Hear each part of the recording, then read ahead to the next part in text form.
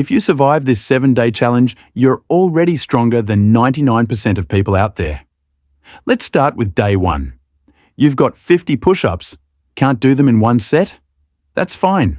Break them up. But your form has to be strict. No half reps. Chest all the way down. Full lockout at the top. Every rep counts. Day 2. 100 squats. Again, split them into sets if you need to. But every single rep must be deep. Full depth. No halfway down and back up. Go all the way down. Stand all the way up. Earn every rep. Day 3.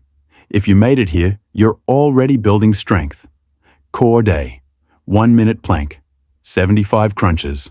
25 leg raises. All strict form. No shortcuts. Tight core. Control every movement. Day 4. Recovery day. Light jog. Stretch. Move your body. Recover properly, because strong people respect recovery. Day 5.